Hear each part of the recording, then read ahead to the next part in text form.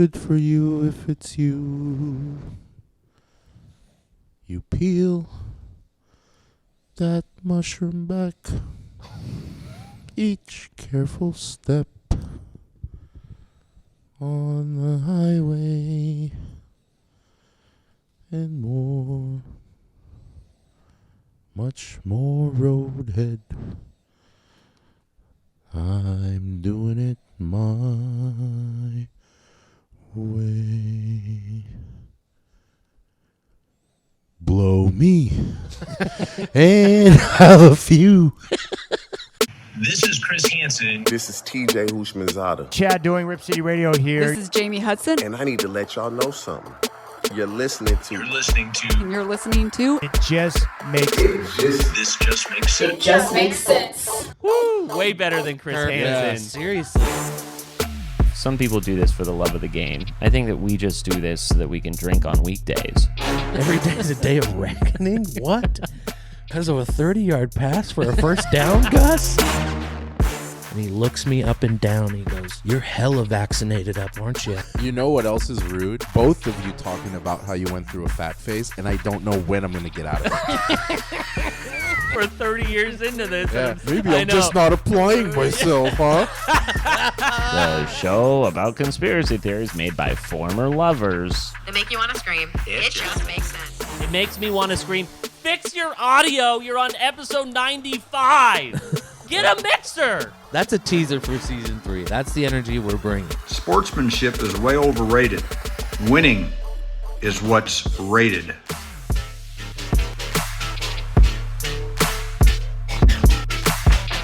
What was that thing you were playing earlier? Was it the Chipmunks version of My Way, or was that just Braxton No. sped up? It was the Rat Pack while they're getting pinched. They're getting pinned.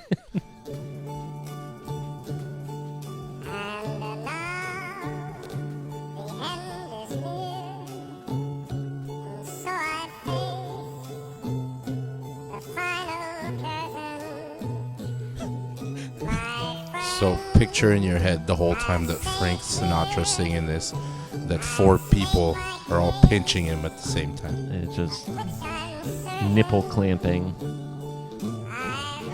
Look at the photo.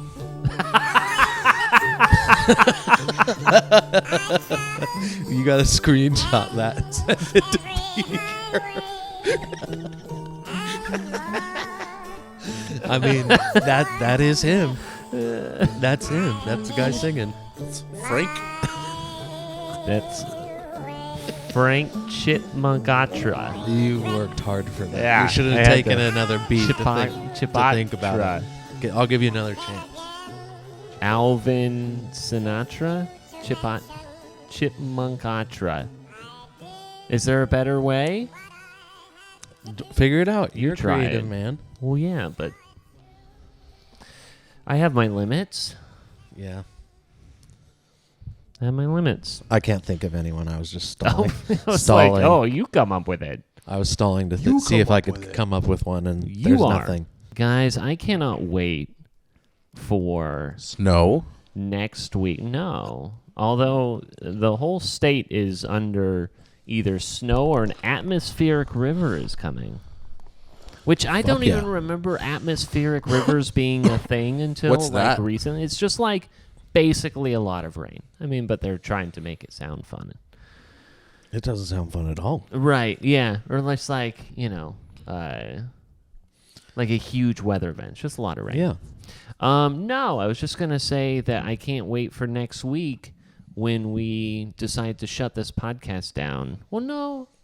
Let me finish my thought. We're going to win the Powerball, obviously, because it's at $1.2 billion. Yeah. And then I was like, we'll shut down the podcast because, like, we won't need to do this. But I feel like this is the only thing that we'll want to do. Yes, this is the only thing that I would do. Yeah. We got to keep the income rolling from the podcast. Yeah. Yeah. We can't. For- I personally can't live without it. For our YouTube subscribers and people who watch, you'll know that we've won the Powerball by our brand new set pieces that we will have next week. We'll have people holding the mics. Yeah. We'll have individuals holding our microphones. But it has to be little people. Okay. Okay. There will be like nice little like angles or mirrors in which you see like someone in distress right off of the stage. Like, what are they doing there? I don't know why we would have that. We would definitely get somebody to manage our social media. Yeah, sure. Yeah, we would do that. Yeah. They'd be posting all the time. We might even pay them. We'd get some like hip 23-year-old that like really knows TikTok. We'd go viral like that. Or we would Just just like pay that. to go viral is what we would do, you know? Wouldn't even matter. No, it That's needed the- to happen organically. That's the American dream right there, boys. Yeah. I'll tell you what's not, I'm not going to be paying. I don't Taxes? care. No, I don't care if I'm, Say I that don't on care air. if I'm a billionaire or whatever. I'm not paying $8 for a Twitter account. You've heard about this stuff. Elon Musk buys He's charging? Twitter. I thought that was only for verified accounts. No, I think he's just going to do it in general now. Like $8 a month or like one time? Yeah, $8 a month. And so, like, they were testing this. So Elon Musk, new owner of Twitter, blah, blah, blah, fires the whole board as the sole director and everything. And then there's all these reports about, they're going to start charging to have the blue check mark. And they were suggesting it was going to be $20 a month to hold on to your blue check mark, or just you don't get the blue check mark anymore. But people would still know that it's you at that point, right? I mean, like, you know, there is a people? nice differentiation, but I'm sure that they'd find a way to... Do You know. people get paid from Twitter? Oh, sure. You know, there's monetization things, especially But with they're the not video getting- side. I don't think they're getting paid from Twitter. Twitter's not paying them. They get paid by other companies to probably, you know, do sponsored Like videos same with Instagram, on like promoting Twitter. shit. Yeah, I mean, like, for companies I've worked for in the past, there is a monetization button that you can click on the business side in which they'll start pre-rolls, and we've gotten paid by Twitter specifically. Oh, but okay. That doesn't happen. A lot of it is brand deals and things of that Yeah. nature. But I mean, the thing is that, like, okay, so the $20 you take away, the people don't need their blue checks anymore or whatever. Then you charge $8 for everyone else. So, I mean, I guess free speech costs $8 a month now, which is, you know, crazy. And then the fact is that, like, there's a lot of conflicts of interest, or people who like wouldn't want to advertise with Twitter because of who Elon Musk is, right? Like GM, for instance, says like, we're not going to advertise with you because you're like a direct competitor, right? Because he owns Tesla. Yeah. So like, then you're like, I'm not going to give you my money because like, I don't even know if it's going to go anywhere. And that's another thing. Like, people can just like make these social media networks up like that, right? I mean, like, you hear that the new guy or the old guy, Ryan Dorsey or Jack Dorsey. Jack Dorsey, he's already got like a new company in the works. Yeah. Called like Blue Sky or something crazy. So Yeah. it's just like I cannot wait for the day to where I can shut it all down, or to the point where they like forced to charge me, to where I just go, oh, okay, I'll just go and and then I'll go somewhere else, and then your company will be totally meaningless. Not Yeah. just because of me, but because of the millions of just people 'cause who of do you. that. Yeah. I'm hearing all this stuff too. I heard about it today. I don't know how real it is, but a lot of like kids today are hoping Kids these days. kids today, they want to go back to like the simpler phones because Yeah. they're too distracted.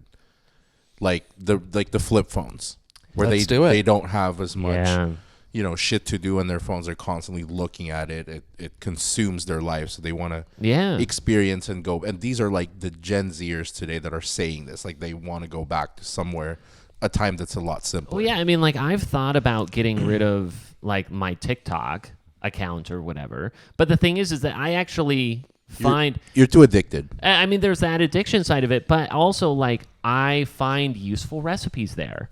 You know, I find out actual information. Like, my feed has smut, and it also has really good craft ideas. What or kind like, of you know, smut? like, What kind of smut? Anal? oh, sure, yeah, absolutely. Butt smut? You know, like, there's all the thirst trappiness that happens Butt there. Yeah, there's tons of that comes across your feed. I mean, not So- mine, but You don't even have one. good point. Yeah, not yours because you don't have one. That's right. If you guys aren't following along with BDGE's what does Ike get for lunch every day? They're like on day 151. It's enthralling. what you could get for lunch around here? No, there's a guy, isn't it? There's a small company. They're a fantasy football company, and they do a lot of content. One of them is like, what did Ike get for lunch today? And he's one of the guys, and then they all guess, and then they're all very wrong all the time. It's enjoyable. We should do that. I mean, like, you know, there would not be as much engagement for what did we get from DoorDash tonight because it rotates between 6 places. Yeah. See, that's why once we win the Powerball, we're going to hire one of these 23-year-olds to do all these little TikToks for us. Exactly. So we'll hire a private chef so we don't DoorDash anymore. Realistically, though, how cool would it be if one of us won $1.2 billion? First of all, that's just fucking sick. Definitely going to buy just like a little clubhouse. yeah. I mean, I feel like we have to have a clubhouse. We'll certainly build out the studio for sure. We'll have like a whole warehouse. Love it. We'll be like the Dude Perfect guys. We'll have a whole thing. That would be nice. The fantasy factory. Mm-hmm. That would be nice. Exactly. We have a half We'll have pipe. a half pipe and a foam pit. Yeah. Okay, For so all the skateboarding we do. and outside of that, you know, and Lindsay, we do this every time one of the $1 billion Powerballs comes around, which is like, what is the first thing you're buying? A moped. Well, really? Duh. Yeah. For everyone. You know what? Fuck you. You don't get one. Okay, sorry. Yeah. Do I at least get like maybe not a moped, but like a really like tricked out golf cart? I'd take one of those. That would be more expensive than a moped. He's got a $1.2 billion. But if he's not willing to buy you a moped, why would he get you a First of all, tricked-out golf cart? Think about how the whole process went. mangling, I said, I'm buying everyone a moped, and you gave a ugh. ugh, And then you asked for something more expensive. Yeah, sounds like you're getting a little greedy. a little greedy. Yeah, that's true. What would you buy? I feel like, I don't know. I feel like there's always like the fantasy side of this. Like what? Oh, I would buy a yacht and take all my friends on a trip. And it's, yeah, I would definitely do something like that. I would definitely be like, hey, all my friends, take 2 weeks off work or whatever if you can. We're going to go on a European cruise or something sure. like that. Yeah. All expenses paid. I would definitely do something like that. But at that point, don't you think? But like that would be nowhere close to the first thing I'm purchasing. But Mitch and I had this conversation. If you are a fucking billionaire or you have $700 million, you want to hang out with your friends. Your friends don't have that money, so they have to continue working. So do you then make sure that they're not working anymore? I think that you have to set a budget for everyone. You know, like it's just like this is a one-time thing, and then you decide what you're going to do with it. And then just kind of, and then also be like, I will be the guy who also like, whenever we go out, I'll buy everything.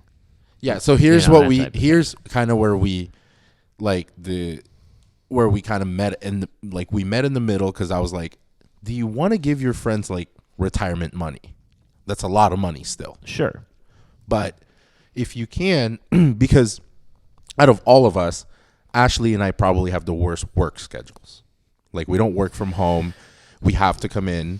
Not the greatest work Not flexible. environment. Not flexible. Yeah. So we're like, well, if you can take care of everyone's mortgage, their house is paid off, their car is paid off, and yeah, you cover everything when you go out, then it's probably a lot easier for you guys that like work from home or remote or whatever to go on trips. Sure. Yeah. Because I think that would probably be too much giving, you know, because what's enough wealth for Like people to 10 not million work? each. And it's like, I don't know. Then I give that to everybody. That's, you know, now it's $200 million that I'm just handing over. And what if you Yeah. guys decide to take your freedom and we're gonna move away? Yeah. And then it's like, okay, well now I'm gonna resent you. Yeah, be like, hey, I can afford this nice house across the country. Or even if they don't move and you're just like, hey, let's go on a trip. And they're like, well, I can't go. I'm like, well, I made sure you can go. Yeah, I paid for your week off. Yeah, exactly. I think that like initially I would pay just everything off. Houses, we don't have car payments, but like, you know, we would pay everything off and then go away somewhere for a few months and like really like think about it, right? Like just like really Get a lawyer. Yes. Yeah. And then like really figure out what it is that like excites you, because like obviously like you're not going to work for the rest of your life. So then you go, okay, like what could I do that would make me excited enough and, you know, and stimulated enough for the rest of my life, right? Can you set up a foundation? Can you buy people's debts, you know, like that type of a thing, pay off people's student loans, pay, you know, that type of a thing, where you're like philanthropic to a degree, so like you're still kind of selfishly getting at something out of it. It's like why people go more or less to like soup kitchens and do all of that. Like, yes, it's for them, but also it's for you. Yeah, absolutely. You need that. Absolutely. So. I think my first priority would definitely making sure, because I think once you get to that point of wealth, you can pretty much, if you're smart and you surround yourself with the right people, you can pretty much make sure that that wealth never goes away. Sure. You have the ability to buy enough real estate and invest enough to where you can really set up yourself for generational wealth. And I think that's probably would be my highest priority, is to make sure that, okay, the money keeps moving. If I decide that, you know, we're going to take a year to spend $100 million and just have this lavish, wonderful year, that $100 million is going to be coming back in tenfold over the next 10 years. Sure. And I mean, like you say about like giving someone money and then they would move away. I'm not guaranteeing that I would stick around. Yeah, and like I mean, and the other like it kind of sucks during the winters, you know? Like why not go down to San Diego all year long? Exactly. And if you think of the trade-off that you were presenting, Miguel, if I then create a position where you don't have to work anymore, you have to save that money for decades, right? To last you. That means that I'm still going to probably have to cover you a lot on these vacations. You know what I mean? So it's like, I'd rather just be like, hey, if you can get the time off work, this whole thing's on me. It'll be the best week of your life. What would the expectation be? I mean, it's just like that I think if for you have it. the right people around you, like, I don't think within our friend group people would have the expectation, like, you take care of me. I don't think it's going to be like that. We got a lot of hardworking people in our group. Yeah, and like, I don't think, at least for me personally, if I had that type of money, I would all of a sudden not want to do the cool, hey, let's share a house trip and, you know, go to, you know, somewhere in Central Oregon. But it's like, okay, well, how about everybody pay their, you know, $200, but I'll put in $2,000 so we can get the best house. Sure, yeah. You know what I mean? And or like I'll cover all food or whatever it may be. Get yourself there and I'll pay for other stuff. But yeah, I mean, I would certainly like get a new Tahoe. I mean, I would just but in the grand scheme, those are such like small purchases. I know. You know what I mean? Like, that's I'm true. gonna buy a $80,000 truck. It's like, okay. Lindsay said that she kind of would hate to win the lottery. I was like, no, you would not. No, you would not. Oh, There God. is a fine. more money, more problems, though. That is Certainly. a thing. Yeah. You never know which family member that you've never met before will come out the woodwork and be like, oh, hey, by the way, I heard. Or people just asking you for money. All of a sudden they have problems and all this shit. And you have so much, and what do? Like, you... Well, and I'm, if any of my brothers and sisters are listening to this, maybe this is a fair warning to you. But I mean, I have a very large family. I love all my siblings, but there is maybe 4, 5 of them that if they called me and were like, hey, I need your help, I would consider it. It's all the rest of them. It's like, that's fair. If you can find a communication that we've had outside of a birthday or holiday in the last 10 years, for every communication you can find that we've had, I'll give you $20,000. I think, and I think that's, you're going to find this out when you get to your wedding invite list, right? And I'm not saying that like anyone within our friend group or whatever, like that we're never going to talk in a decade's time or whatever. But you weren't even at my wedding. That's true. You weren't, no less like in my wedding party. You weren't even there. I wasn't. I didn't exist. I mean, like He was born the following year. you know, like other people, like in our current group right now, we're not there. Like maybe even half of our group right now. And so to then think that, like, you know, in a decade's time, the people who are in your life now are still going to be in your life. I mean, like I had work colleagues that I worked with for a decade, and now I don't see them anymore. You know, it just kind of ebbs and flows. And there were obviously people at my wedding that aren't in my life anymore. So it is an interesting thought exercise, right, Juan Magoo? Thought jingle. A thought jingle, a little tickle of the brain stem. So, but I'll say though that if you're $700 million richer and you go, oh, let's go to Maui. You pay $200 for the house. I'll cover the rest. I'm like, you can go fuck yourself. You pay for the entire fucking house. You have $700 million. I think this is more over the long term. I think in that first initial win, hey, I just won the lottery. Yeah, it's gonna be a very lavish, all expenses paid. But then it's like, okay, I gotta be realistic. the amount of whole fish that you will eat on my dime. I think it's different too. Like if one of us had won this amount of money, like dial it back several years ago, there's definitely more trips. But with our lives now, we rarely even get everybody together. As often as once every 4 months. So Right. even then, I don't think those trips would happen as often as you think. But you'd think in these scenarios, like I would pay for what's her name? I forget. The babysitter. Maya. Like Yeah. I would pay for It's Maya. like her name is Ashley, or his girlfriend's name is Ashley. I would pay for Maya to come and make sure that like the kids are taken care of. Everybody's taken care of. So all inclusive. Yeah. All inclusive. I'll tell you, Ashley would start a dog ranch. Same. Yeah. Might be Same. nice. That might keep you busy. Might give you a little sense of work. There was a really dickish commercial that we saw last night. I forget exactly what we were watching, but it was talking about, it was just a video of a dog by itself on a road. And it had this text on it and was saying like, it was essentially like a dog adoption video, but it was like, Sarah McLachlan.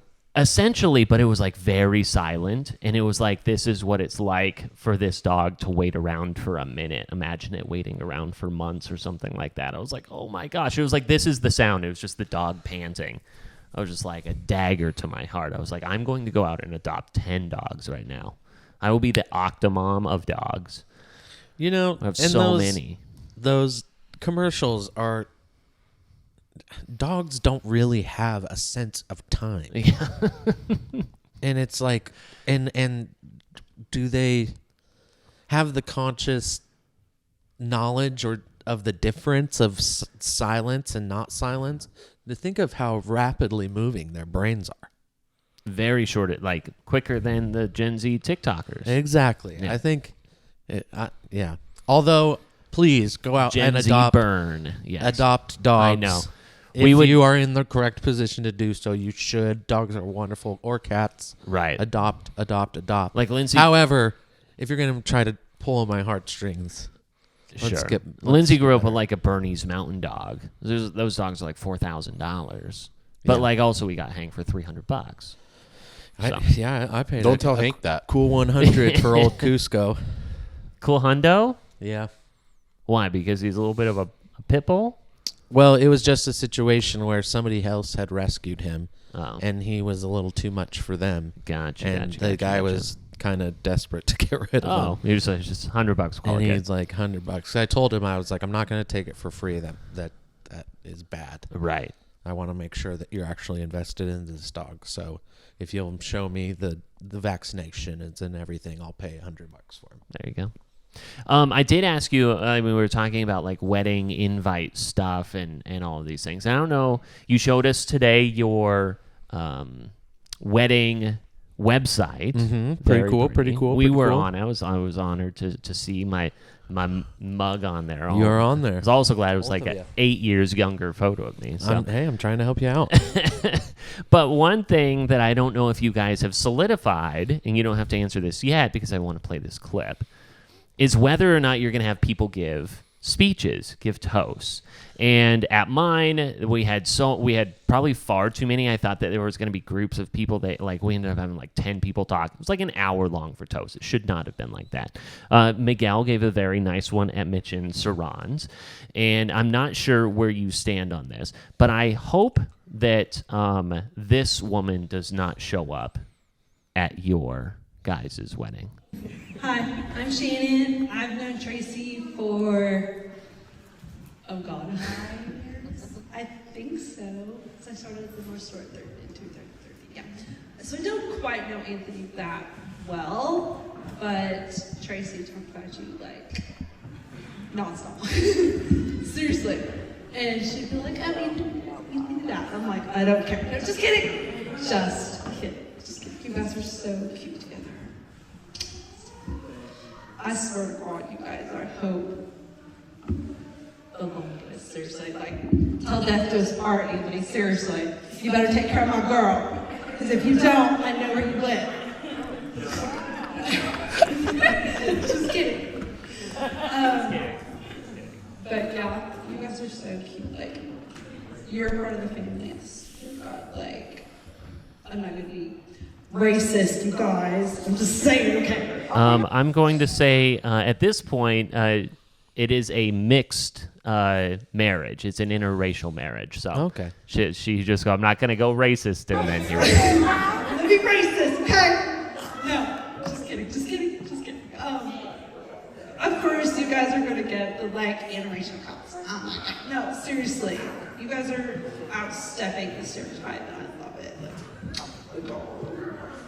But you guys, I swear, I love Black people because you guys are the best. My own daughter's great aunt is the best woman. And so it's just I swear to God. And you guys are amazing. I love you. I love you guys. Bless you. And I hope you. That is one of the worst wedding speeches I've ever heard. Such a cringy. Well, and I'm sure you'll put up the video. Yes. The flipping of the hair. Yeah. That was. Was she just gross. told she was about to give a speech? There's no preparation. She didn't have a heads up. That's like somebody that you just whispered to, "Hey, you're giving a speech," and she just went, "Okay." Yeah. Well, that was not what Miguel did. That's how I remembered it. In his speech I just at kept an going, interracial marriage. Just kidding. I love black people. Just kidding.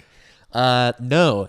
Yeah, for that reason. That's so cringe. for that reason right there, we are gonna. I think we might have 2 speeches at the wedding, possibly 4, but I'm hoping for 2. There you go.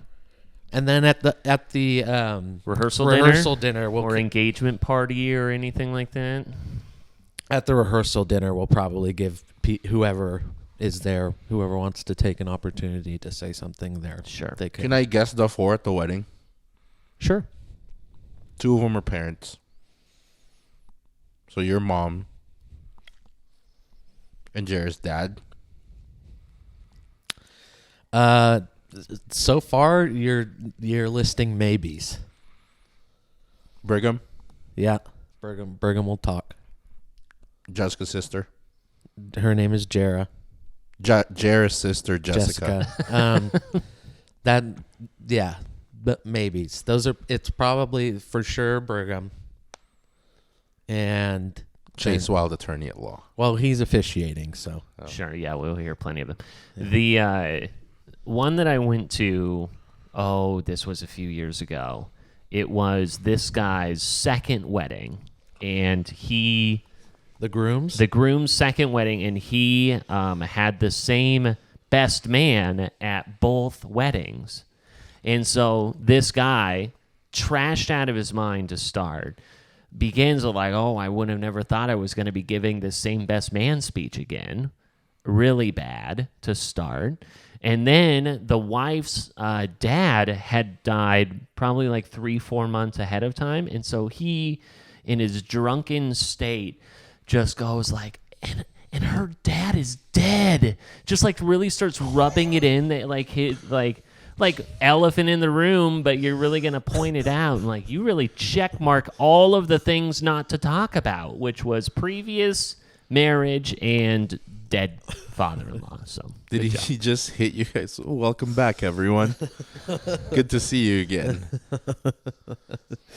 Good to have you back. Welcome back for round 2. yeah. I'll see you in 5 years. Oh gosh, yeah, that's not good. But yeah, we'll see how the see how it speeches go. But hopefully a little bit better than that. Good stuff. Have Jordan give one. No, A surprise one, like really just pin it on him right there at the last second. Be like, hey man, so you're ready to go? yeah, no, Not gonna I'm do good. that. All right. If you did that to me, I would literally poop myself. You're gonna poop yourself? I would do it. Oh, speaking of poop yourself, Don't say you have to poop. no, I was assuming that's what Peter was gonna say, because that's usually what Pete does. Your transition. Yeah. Are you gonna transition to poop? No, I'm not going to. I was going to talk about, well, something that might be more like potty talk related. I guess we can get into it. We're on the heels now of Halloween, and there was... You guys say Halloween or Halloween? Halloween. Halloween. Halloween? Halloween. Halloween. Happy Halloween. Halloween. Halloween. You're a hallow? Happy Halloween. Well, whatever. Happy Halloween. So we were able to take Brody trick or treating. That was all great and everything. He grabbed a number of full size candy bars, multiples that he shouldn't have grabbed. But I wanted to show this clip about I think it's a Tampa Bay Hurricanes announcer who was talking about his favorite Halloween candy. Here he is. Just absolutely hit the lottery with a bunch of Reese's peanut butter cups trick-or-treating. That's what's on the table tonight. It would be a heck of a month if they just absolutely hit the lottery with a bunch of Reese's peanut butter cups trick-or-treating. Reese's penis. What do those look like? What are Reese's penises all about? It kind of sounds like he's saying racist penis. Just absolutely hit the lottery with a bunch of racist penis. There we go. Just absolutely hit the lottery with a bunch of Reese's peanut butter cups trick-or-treating. That's what's on the table tonight. Does it have the would be a paper heck of a around month it? if they- Oh gosh. Goodness gracious. That guy was probably literally shitting himself after that too. He's wearing like a sweater, a dress shirt, and a jacket. It gets cold in those NHL arenas, so I'm sure that he was sweating after that one. I mean, there's a lot worse things you could say in a live broadcast. Penis, though. Seems like it's That's happening a pretty lot funny. more recently. I noticed how they stopped saying slipped disc on. Oh, sure. They found a new phrase for it because there was too many slip dick. Slip dicks. Yeah. Slip discs. Slip dicks. There was, I think it was Happens. here locally, there was a guy who, his name was Mike Hawk. And he played football, and so over the PA system, when you're announcing it, it'd be like, "That's a pass complete to Mike Hawk." Wow. And you can't hit the end there. Mike Hawk. Mike Hawk. No, nothing that you say there will enunciate it. Because he's Couldn't he just go by Michael? Because he's related to Phil, my anus. Exactly. You ever met? Exactly. Hey, would ya? Hey, would you blow me? What? Have you You're not even seen, trying anymore. Have you not seen these shirts? I've seen the Phil my anus. Yeah, the one says, But- "Hey, would ya?" But Phil is like an actual name. Hey, would and ya? and the way my anus is spelled, you could look at that and be like, "Oh, that's a real name." But hey, would ya? Hey, would ya blow me? Hey, It's funny. Did you grow up with anybody named Hey, would ya? No, but I'm on not 4th going Street. to assume that they don't exist. You're right. Hey, would you? How dare you? Yeah. I mean, did you think that Ha Clinton dicks existed before you heard about it? Talkie. You know what? But I don't think that Hey, Ha would Clinton did. Ha Clinton what? I don't think that's his real name. Yes. What do you think it is? That's his name. No, but that's not a nickname. Look it up. Like Juju Smith Schuster. Well, we know that's John something. John Smith Schuster. Ha Clinton dicks. It's Clit and Dicks. Hashan Tershon Ha Clinton See, dicks. Ha-Ha's a part of it. Yeah, I didn't say it wasn't. I'm just saying, Hashan Trayshawn Clinton dicks. So it It's a should be bit more of a mouthful. Hata Clinton dicks. Hashan. Either way. Still fun to say. Beautiful name. Yeah. Anything else non-sports related? You guys got absolutely shit-faced this weekend, as I understand. Oh, yeah, we still need to talk about that, and we need to talk about Friday night at Bag O' Crab. Bag O' Crab. Bag O' Crab was quite the experience. Let's start there. Bag O' Crab. We went to a seafood boil spot as a pre-celebration for my birthday. Appreciate you guys coming out. It was a lot of fun. Which is tomorrow, correct? Yes, technically tomorrow. Happy birthday. Thank you. What are you Birthday doing? Episode. I'm not sure yet because, it's a weekday, and we already celebrated, kind of. Get shit face on a Wednesday. Maybe. Do it. Maybe. But so we went to the seafood boil place. It was we had 12 of us. And, we were all kind of sharing these different seafood bags and all this other stuff. It was quite warm there. I was wearing a sweater and long sleeve shirt and pants. And I don't usually do that. I'm just like a shorts and a t-shirt guy like I am right now. The reaction that my body had to this seafood boil was like something that I haven't experienced in Abnormal. in food before, and I think that it's because I was having to crack the crab whilst in long sleeve everything. I was sweating harder than I think I do when I am working out. Well, that sweater was no ordinary sweater. That was a thick winter sweater. Yes. It was, looked crocheted in the finest wool. Wool. So, and the thing is that as I am, cracking the crab and hoping that people aren't watching me, it's a very messy experience. You don't want people staring, but I was the person that we were all there for. So obviously there's just a tad bit more. And then it was just I look around, people are just staring at me sweating. Yeah. It was. What, are you saying you felt pressure because it was your birthday dinner? Yeah, it was. You can't sweat at your birthday dinner. Everybody knows I that. think you thought it was a competition of who can crack the best crab. And you were taking it way too seriously. True. Well, I mean, it's not a cheap experience either, but People were getting squirted in the eye. Yeah. I know, yes. It was. I came to that dinner very hungry, and it was so incredibly good. It was so good. I heard you say that this is top 10 meal of your life. I stand by that. That's pretty good. Yeah. His tray didn't show it, pussy. What are you talking about? Your tray was full of food. What You did what leave. food? You though? did leave potato on there. And corn. the seafood was gone. He went for the money. My mom always said that if you're getting full, always eat the money, and the money's always the seafood and protein. Look at my tray. I don't know if you saw my tray. Yeah, you got Well, the. I think sucked you out got some. less than we did, though. You sucked out some Did I? crawfish. Your bag looked quite a bit smaller. Oh, you hear There's that? a lot you of hear food him say there. that? There's a lot of food Yeah, in he that said bag. that.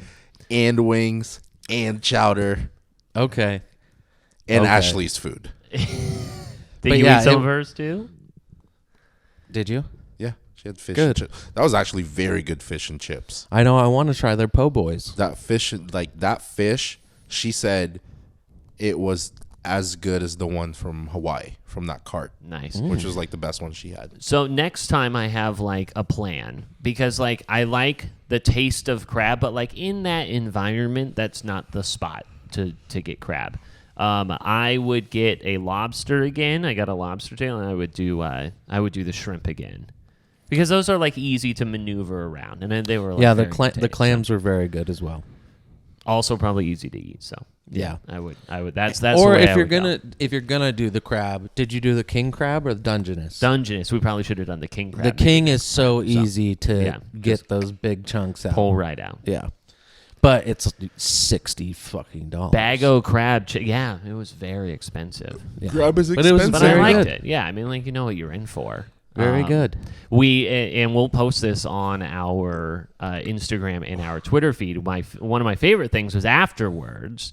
There's this huge projector that had a big giant aquarium fish tank looking thing, and we put a row of chairs across, 6 chairs. All the guys sat on it, and then the women, the girlfriends and wives, stood behind us, and we took like a basketball style The dream team photo. The USA Dream Team photo.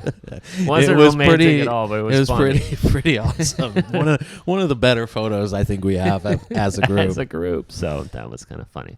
But no, it was a good time. I had a chance to meet Grace and Alex. I'm surprised that you have never met them. It's like one of my oldest friends.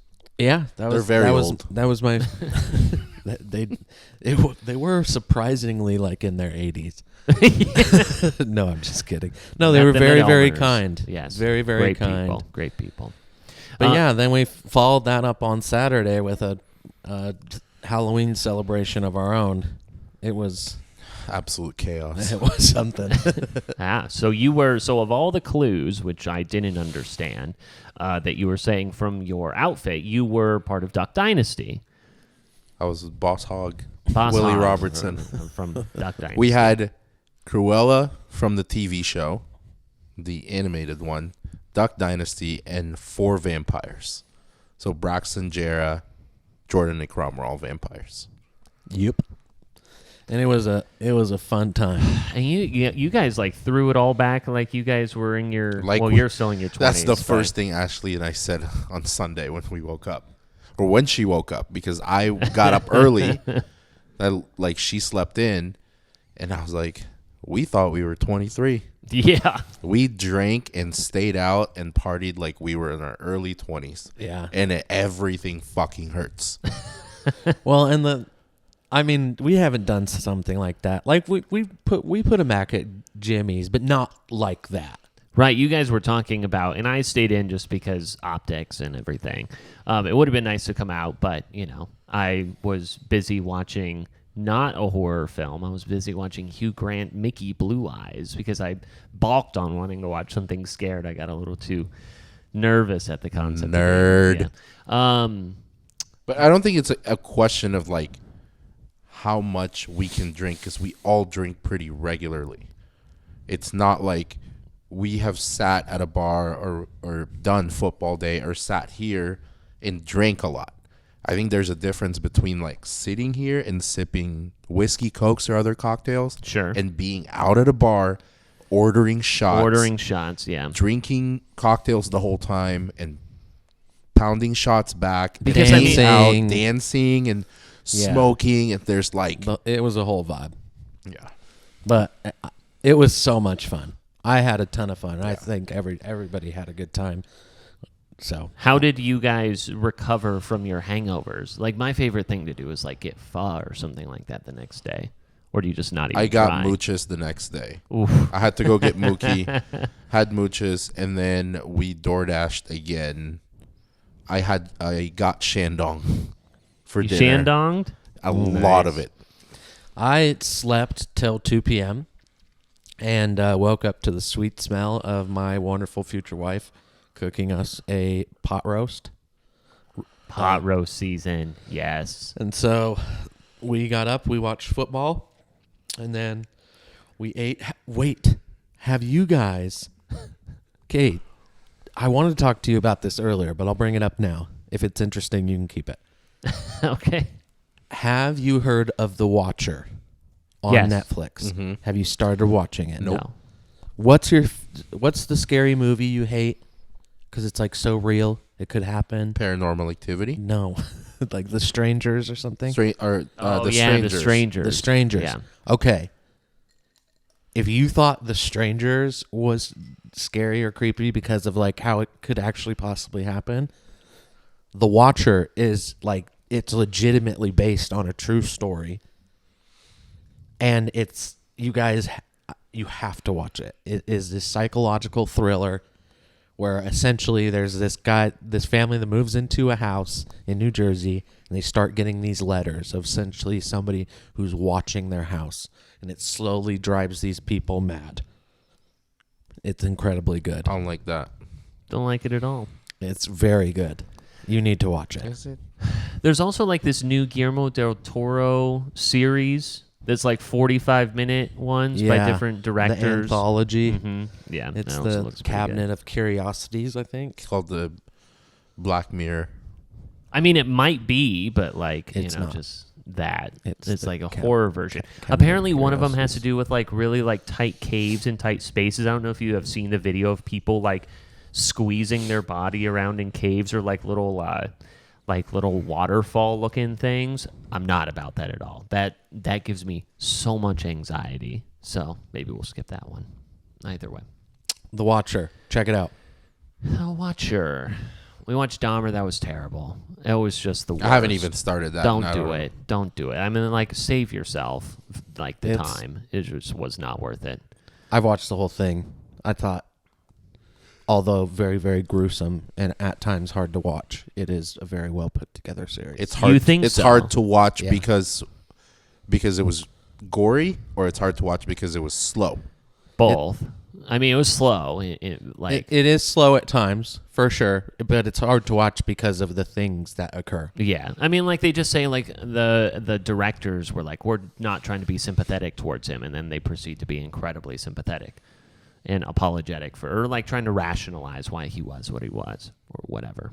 Is that your problem with it? A little bit, right? I think that, like, even the families were like, don't watch this. This is just, like, sensational, just, like, horror porn or, that type of stuff. So Horror porn? horror porn. So, well, you guys want to talk a little bit about sports? I want to talk about horror porn. Okay. Well, why don't we give you the next best thing, which is an update on the Ohio fishing cheating scandal, which we showed and we talked about a couple of weeks ago. I'm excited to hear about this. So, 2 men accused of cheating en route to roughly $30,000 in prize money at the Lake Erie fishing tournament pleaded not guilty to multiple felony charges last week. This is on trial? Yes. Well, so, I mean, like, basically, so these guys pleaded not guilty through their attorneys.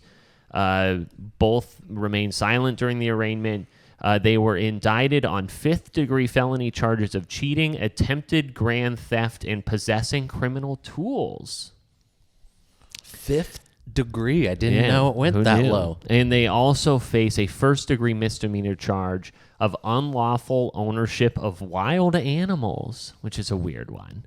So obviously it became a national story that they had been putting, fish guts or more fish inside of fish, as well as like lead balls and all this other stuff. But they didn't use dynamite. They were using lead balls for weight, and They they were were. chumming the water. No, they were stuffing. Lead balls into the fish. Yes, but they were covering the lead balls with fillets of other fish. Yes. So when the judges picked up the fish, they wouldn't feel the lead balls. Yeah, so- it would so- just feel like. and that so that the weights wouldn't clang together. Yes. But you as well. said the way they gave a name to that, they were using weapons in the water. I mean, That's how they identified the criminal charge. correct. Yeah, the 5th-degree cheating, attempted Seems like a reach. possessing criminal tools. Criminal tools? Yeah. Yes. The thing is Kind that of like reach. what I'm kind of surprised about is like kind of like the fraud aspect of it. Like, how come you're not, suing for defrauding people and lost damages and everything? Because they probably get more time by bringing up shit like criminal tools and shit like that. Yeah, it's probably maybe a higher charge. Yeah. That they can give them. They were released on $2,500 bond. They have not addressed the situation publicly yet. They've been very silent, which... Well, they need to run. There's probably people out there trying to go after them and beat the fuck out of them. I think the dumbest thing they could do now is abscond. Abscond. Yeah, I don't know what that means. Abscond. Run away. Yeah, run away. Just say that. What do you have a calendar daily that you need to fucking? Well, yeah, I take big words as disrespect. That was the word on his, it's like on his dictionary today. It's like 6 letters. First of all, second of all, it might be 7, but second of all, that's just the term they use in court when you've received charges, you've showed up in court, you've been given the weight of the situation essentially, and then you're like, fuck this, I'm out. That's absconding. Abscond. And that's something new you learned today, folks. Thanks for tuning in. Spell it. Abscond? Why don't you? I don't know if I could. There's a lot of vowels that could be interplaced. Abscond.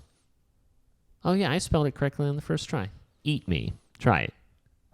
ABSCOND? Yeah. Okay. Abscond. Yeah, this is definitely a dick swinging contest. I want no part of. You guys can have it all. Do you guys, when it comes to sports... Do you also tell the teacher that she forgot that there's homework? Oh, my. I think Lindsay probably has. I would never be that. That's a Lindsay Fucking move. nerds. That would be a Lindsay. You Honestly, said this should just be a moment for you to realize, hey, the only reason you know that word is if you were in legal trouble. So be thankful. Exactly. Nah. Let's see. This week, our loser is a come-from-behind win by Braxton, at least not lost by Braxton.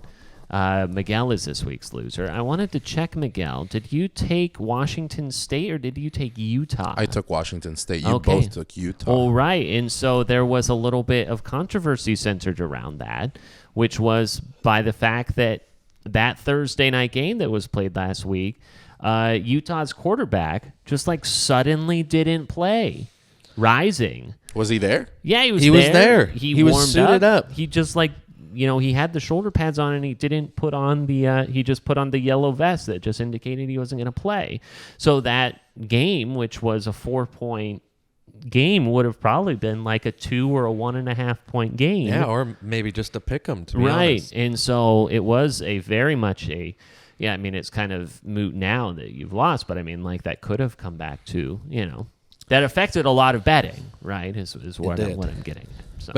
But to Miguel's credit, he did the exact same thing last week. He finished, I think, 6-0 over my 0-6 or something like that to come back and win. So both decided by very unpredictable Monday night games. Yeah. Like when Braxton lost 2 weeks Browns. ago, it was the Bears murdering the Patriots. Right, and yeah. then last night, no one saw that coming. Well, I think that if you were from a historical standpoint, I totally you think about it in hindsight and you go, Joe Burrow has never defeated the Cleveland Browns. And I thought the Browns would win, but I didn't think that it would be a blowout. Yeah.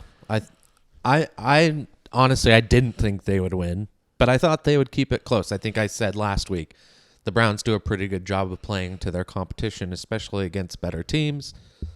But I did not think that they were going to come out and do this. That defense was last night, that defense was the best defense in the league. I think maybe it's just Myles Garrett, just his love for Halloween, showing up as Vecna. He does love him some Halloween. Yeah. And I think that he just kind of has the recipe for a Bengals team, which is not very good on the offensive line, and then takes it to Burrow. And I think at that point, you guys see that after Burrow threw that tipped interception in the first quarter, which ended up getting called back, But streaking down the field was the corner who had intercepted. I don't remember his name off the top of my head. But also leading the charge was Myles Garrett. And in pursuit was Joe Burrow. And Joe Burrow was actually trying to outrun and angle it so that he could avoid Myles Garrett. He saw that like, it was I don't Myles want, Garrett. Yeah, I don't want "Fuck any this." part of that. He was going for the tackle, and it was like, oh, shit. I don't want that. I do not But want if your that. defense could look like that, like you have Garrett and you have Clowney and you have a good secondary, how do you not look like that every game or even close to it? The secondaries hasn't been that good.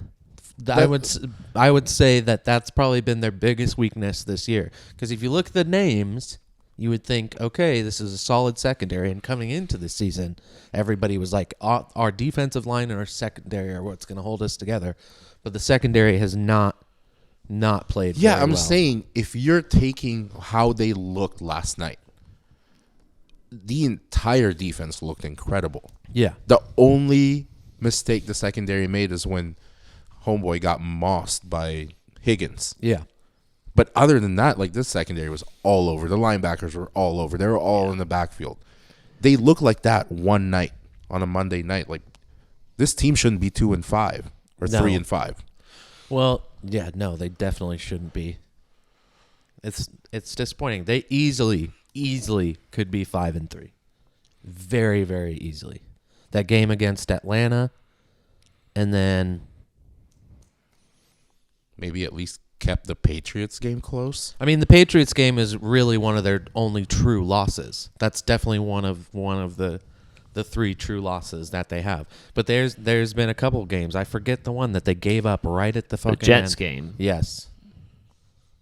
They had the Indeed. 99. And they had the Chargers on the ropes. Yeah. They had the Chargers on the ropes, and that kick got, they missed that kick to win the game. Exactly. But I mean, even if you take that loss and you look at the Atlanta ones that came down to the last second and the Jets game that came down to the last second, it's like, damn, that's 5-3 right there.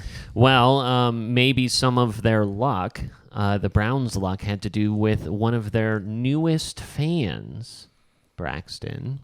Tanner? Mr. Me, Braxton Tanner? Yeah.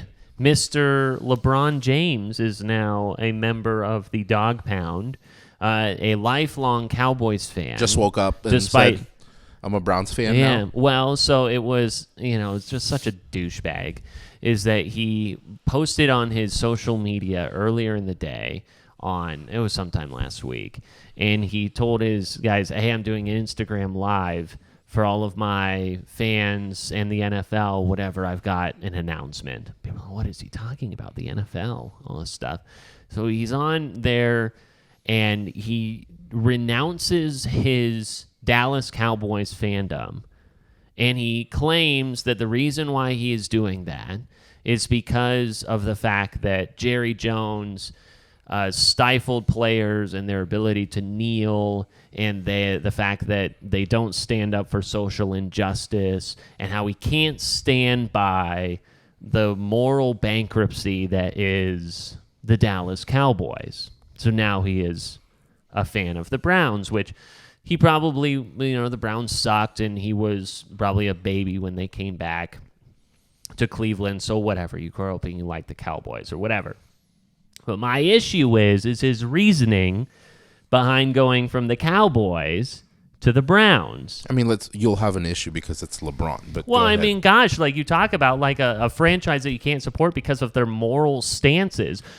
Look no further than bankruptcy of an NFL team than the Cleveland Browns.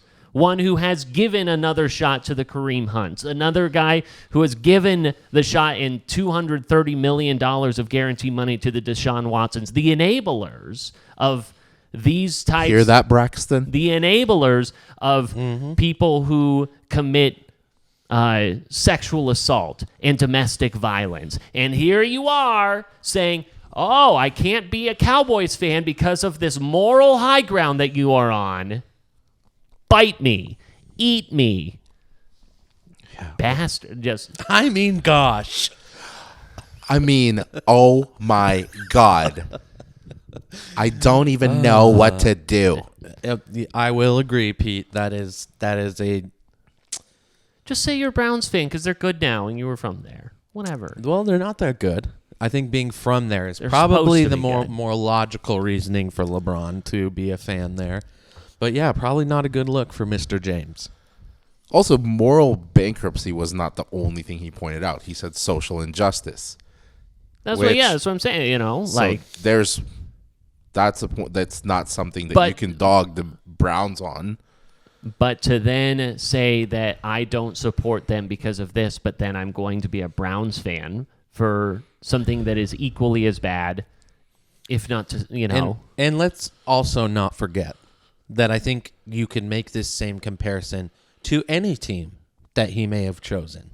I think that the two names that you mentioned are definitely relevant names in this argument. They also are recent lining names. You can look at every single NFL team if you can find one that does not have a player with a past. So I think you can make the same argument for any team. Yeah. Technically, that's your focus. You were not going to be a fan of the NFL.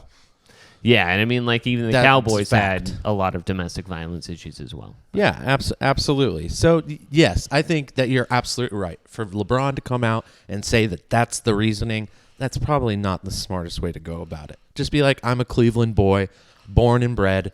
I'm going to be a fan now. I don't agree with what the Cowboys are doing. And this just really is me foresighting that me and my son are going to come back and play in Cleveland because the Lakers suck.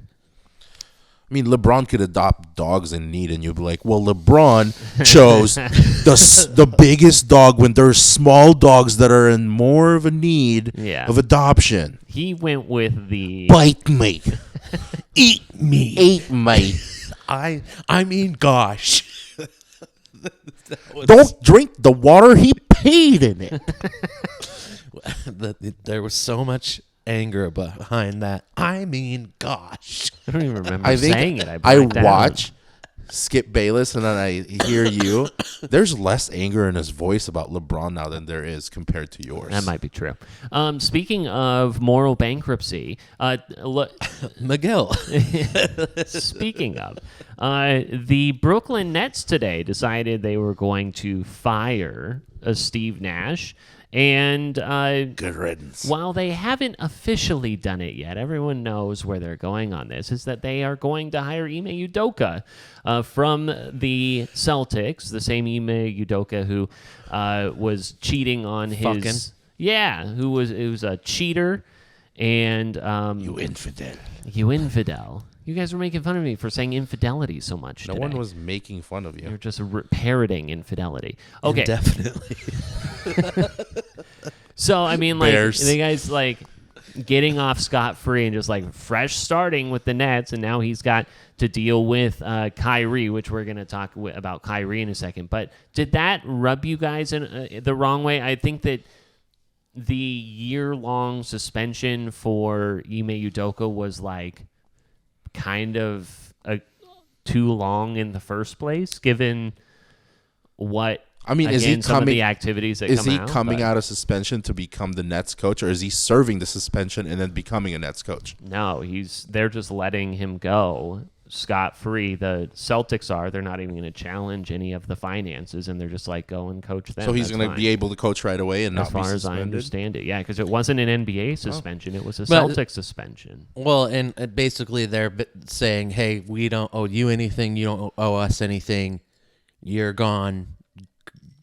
Best of luck. We're not paying you. You're not paying us. Bye-bye. Okay. I guess that makes so- sense because it was with a Celtics like employee, right? Correct. Yes. Yes. So the Nets probably looked at it like That's a that's a you problem. Yeah. We'll take him out. Yeah. I kind of get it. I don't know. And I think I can speak for all of us that infidelity is bad. It's not something that we support. But in this instance, like getting suspended for a year is a little heavy. Like I thought the whole Calvin Ridley thing was a little heavy for gambling, but Right. I can understand that more than getting a year suspension for an assistant coach. I'm pretty sure. I mean, think no, that's- the infidelity. He gets fired. The infidelity occurred with like a lower level staffer who helped coordinate travel. I mean, it wasn't even. Yeah. But I mean, like, he is like the highest person of an organization and all of that. But yeah, you're fired. We're not paying out your contract. Good luck. Whatever happens, this is going to follow you. Hey, looks like the Nets are interested. That's good for him. We'll get to the NFL trade deadline here in a bit, but just to put a wrap on the Calvin Ridley thing, how about him getting traded to the Jaguars today? Good for him. One of the games he bet. That was the game that he bet the Falcons to win over the Jags. So not going to take that bet anymore. Eligible to be reinstated next year. He has to apply for it, blah, blah, blah. But that's also him choosing the play because he's the one who chose to sit out, right? Right. Yeah. I mean, he was away on. I know that he's suspended for gambling, but he was out for personal issues. Correct. And then the Nets still have to deal with whatever's going on with Kyrie Irving right now. Him posting documentaries or links to documentaries that have anti-Semitic tropes and anti-Jewish language within it, and here he is, Kyrie, basically getting in arguments with reporters saying, how was I promoting this? How was I supporting this? When you are actively putting this out on your Twitter platform, whether you agree with a person or not wholeheartedly, which was, this thing with Alex Jones, who was at the center of all the Sandy Hook stuff, like, you are passively promoting anything and everything that person supports when you are putting that out there, and he fails to recognize that. Is he pulling a Kanye? He's going more anti-Jewish? Yeah. And I think, whether he admits to it or not, I think the timing of this is him kind of saying, well, I kind of agree with Kanye. At least that's how I took it. Yeah, I mean, it's exactly what he's putting out there. It's bad timing. And I think, as you mentioned, for him to kind of play it off like, I just posted it doesn't mean I agree with it. But it's like social media for anybody is a representation of who you are, representation of what you believe and things of that nature. I think that's, for anybody, when you go and look at their social media, it's like, okay, you get a vibe for who they are, what they like, and, what they believe. So for you to say that that's not the fact and you're just like, oh, I thought it was interesting. Like, well, okay, well, why do you think it's interesting? And when they asked him that and kind of like, well, can you explain more? He kind of was like, well, why are you guys even asking me these questions? Me on like, just like ask me about basketball. And he was the same guy that was like, he was a part of the shut up and dribble stuff. And he even said in this interview, like, well, I have this platform. I think it's important that, we put out stuff. And it's like, okay, you can't immediately backtrack on, saying that you have this platform and it's important for you to get your stances out and then say, why are you talking to me about this? Ask me basketball questions. Exactly.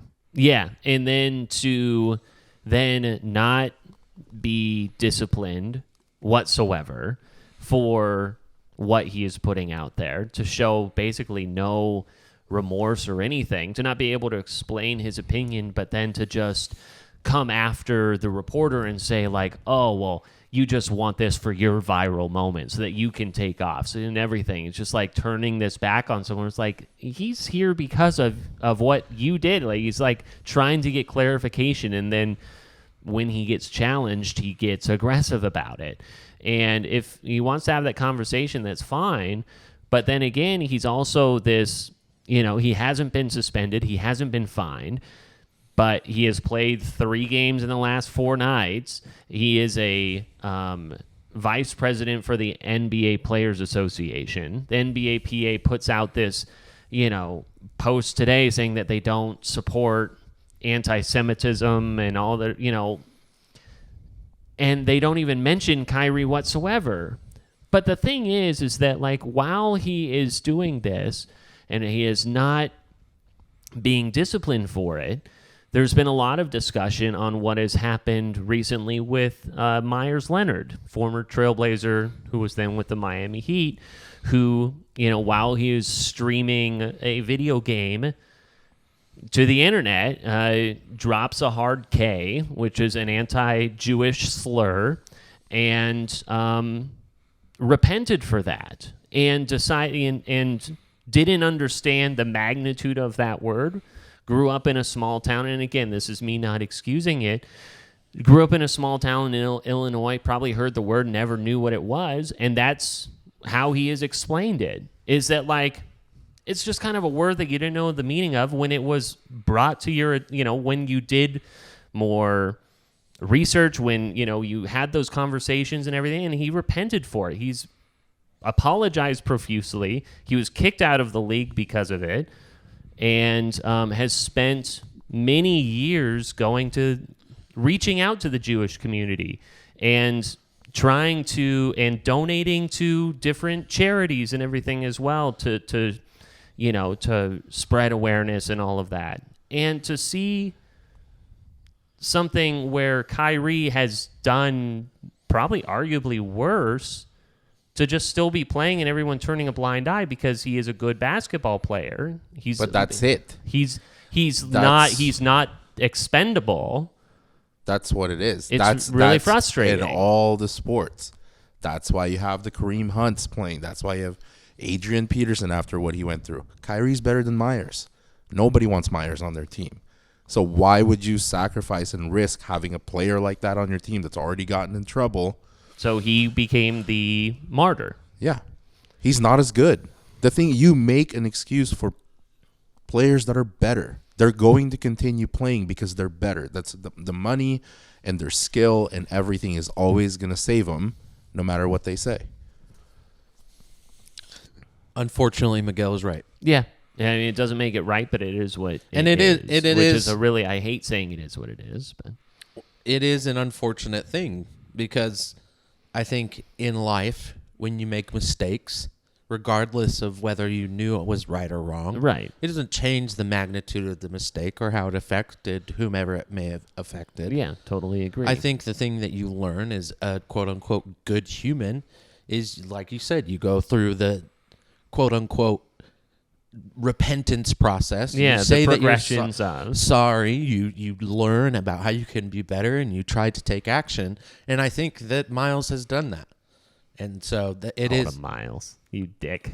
Huh? You called him Miles. It is Miles. Miles Leonard. Yeah, Myers. My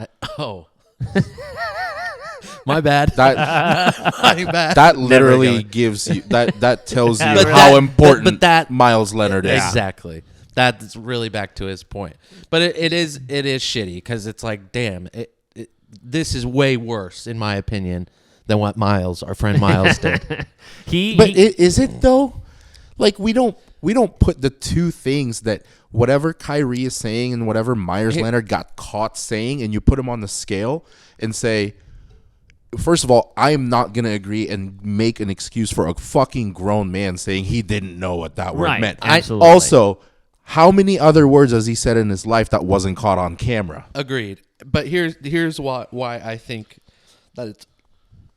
Excuse me. Here's why I think that it's worse in the Kyrie situation is due to the response, due to the kind of flippant, like, I don't know what you're talking about. I think the act within themselves are equally bad. But what can make everything so much worse, especially to the perception of the public, is the reaction to it.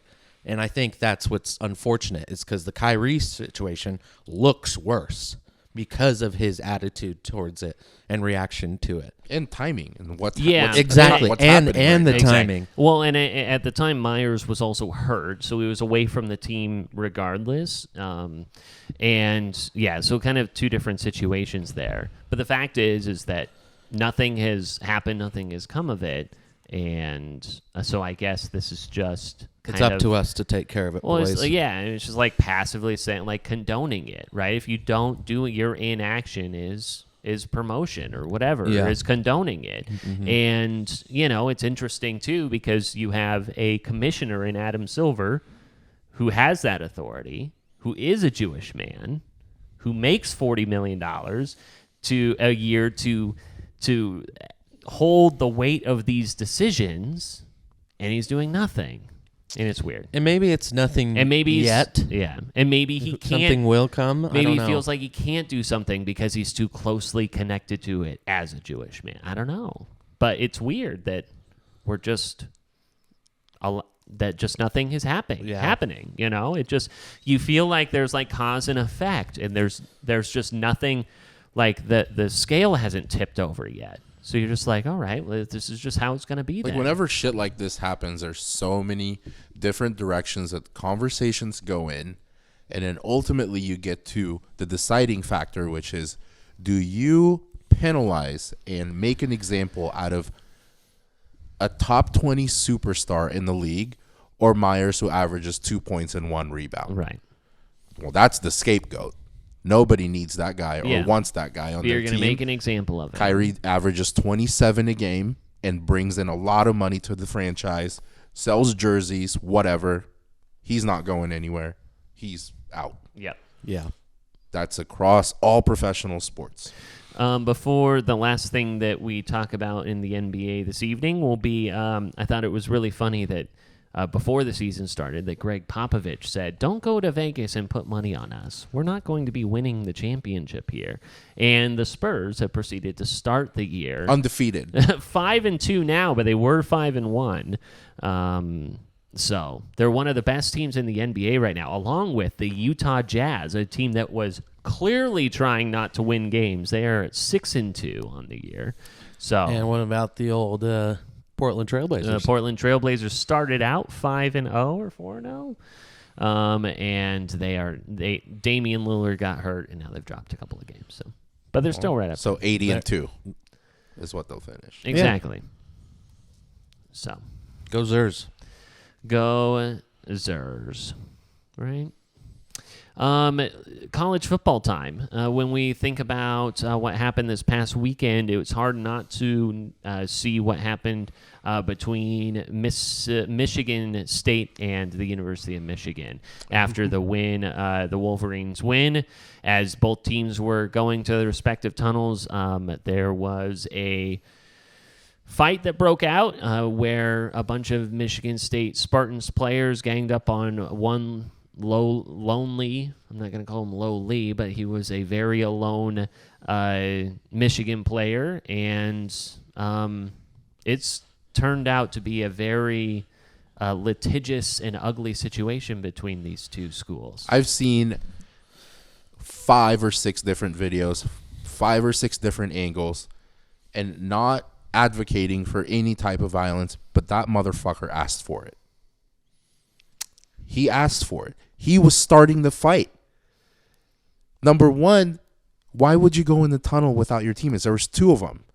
And he was chirping at him the entire time. He was aggressively running in there, trying to get in the crowd, and he was chirping at him. But here's one thing that we always see and hear in penalties, that it's never about the initial act. It's always about the response. It's the second. The penalty. It's always the second guy. The person is the one who reacts. Yeah. Well, and it's the same thing when you're dealing with legal situations. It's like, I don't care what this dude was saying to you. You're the one who beat the shit out of him. Concussed him. You're the one who committed a crime. Talking is not a crime. And when you're swinging helmets at this guy and you're kicking him, like, my goodness, like, that's not just like a hold me back type of a situation like we see sometimes. Like, this was like an assault. My point is not to excuse Michigan State players. There's no excuse for what they did, especially swinging helmets. And he was outnumbered. I'm just saying, Michigan guy wasn't innocent.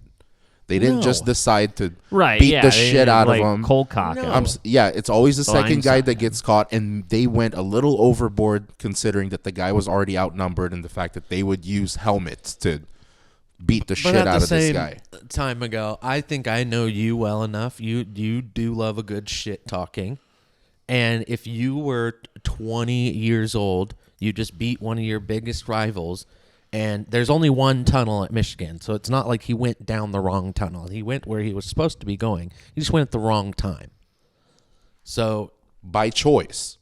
Do we know if it was by choice? His entire team was singing the fight song, and he decided to go after the Michigan State players while it was their turn to go through the tunnel. Okay. Regardless, I just don't think that you could I don't think I could totally excuse myself in that heat of the moment of being like, hey, let's go talk some shit. Pretend like we're just going back to the locker room and say something as we walk past. Do you not think that in your 20-year-old brain that might not seem like a sick idea? I'm not I'm not excusing the guy for talking shit. I get it. I'm just saying I fault both sides. Sure.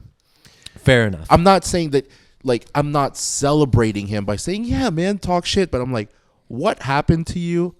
You technically started, but you got the worst end of it because they shouldn't have gone 7-on-1 with fucking weapons. And Well, shit. and then the last thing I'll say about this, the thing that always bothers me about these types of situations is that it's like, if you really wanted to whoop on this team and you have all this pent up anger and you want to take it out on them, you literally just had 60 minutes to legally do so. Give it all, your all, leave it all out on the field. If you guys got your ass beat like you did, guess what? A little shit talk's going to come with it. Same thing if you would have came back as underdogs and won that game. I bet you would have been running your fucking mouths. Yeah, but they weren't good enough, so they took it out on them. And the thing is, this happened, obviously in the tunnel. There's no way that if that chirping happened, that anything would have come with it on the field.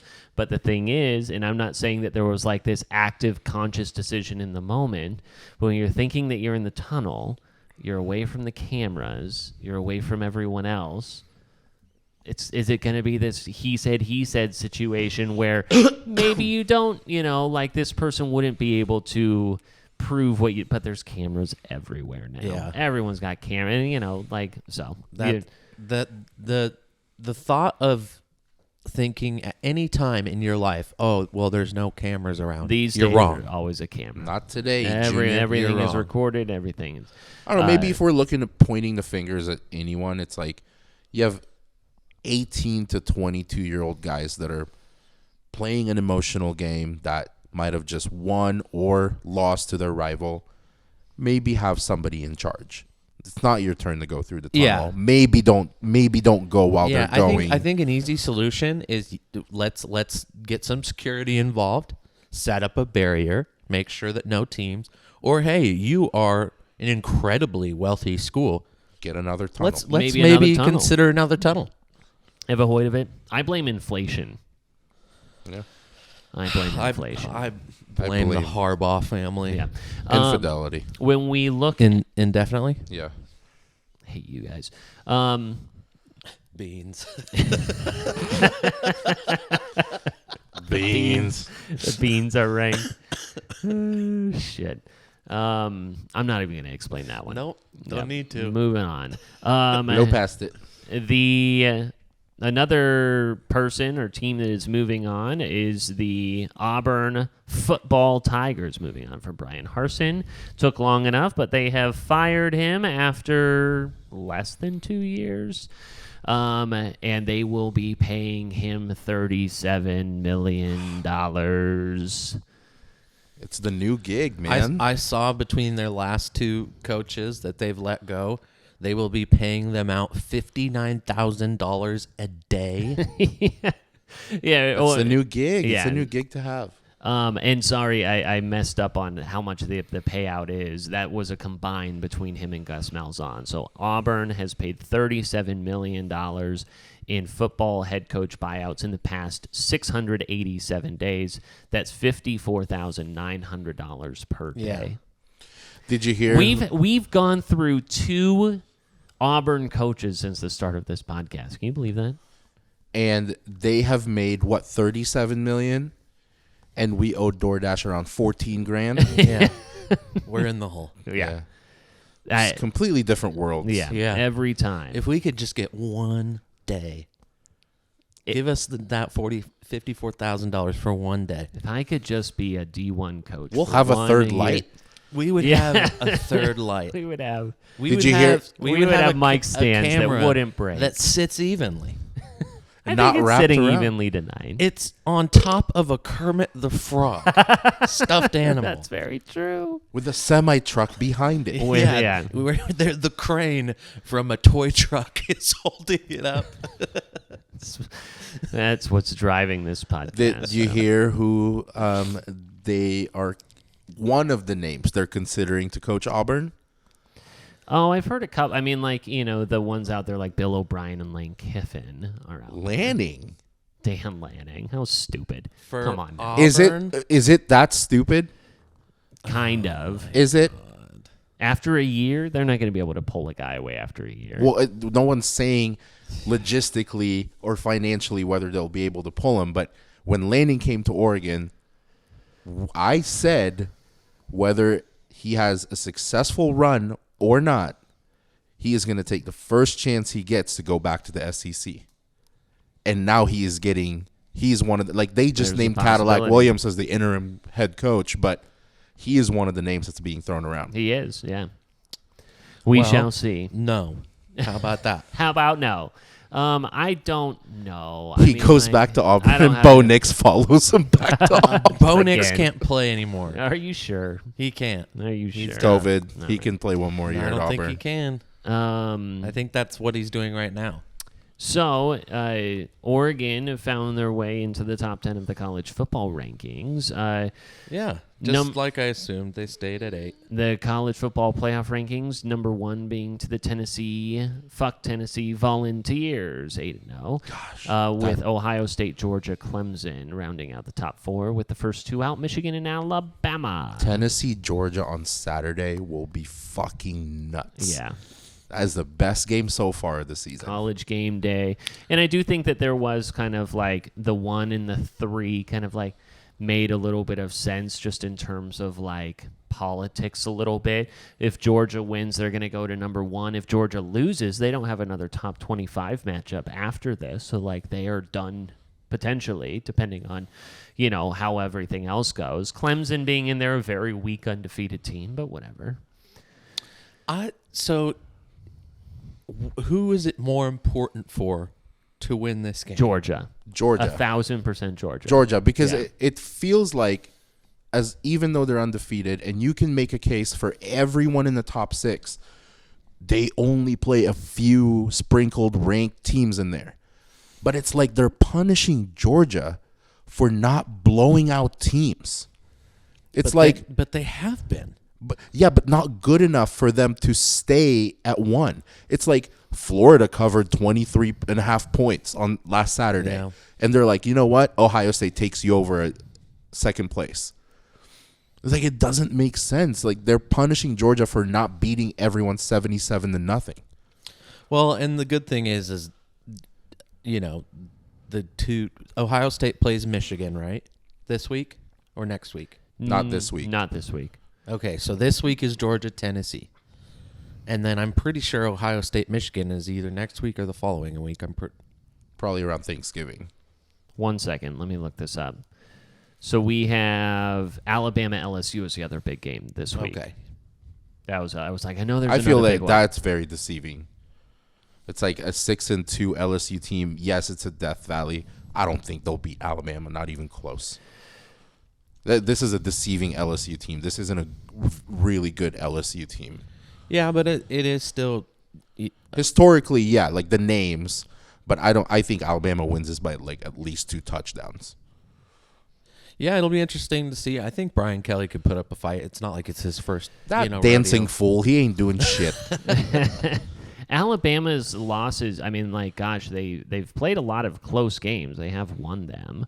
Almost losing to Texas and the likes. That was when Bryce Young was down and out. They lose just by 3 to Tennessee. So, I mean, I think that's why that's what the committee said, why they were put as ahead of TCU, who is undefeated. That TCU had to come back in some of their games to end up winning versus the strength of schedule and such. I'm really interested to see how this year goes. I hate to say this on a recorded microphone, but I really think the Ducks look strong. Then if you do believe that genuinely, then take the bet. I'll bet you right now that Oregon doesn't make the playoffs. I would be willing to bet the Pac-12 championship. No. Come on.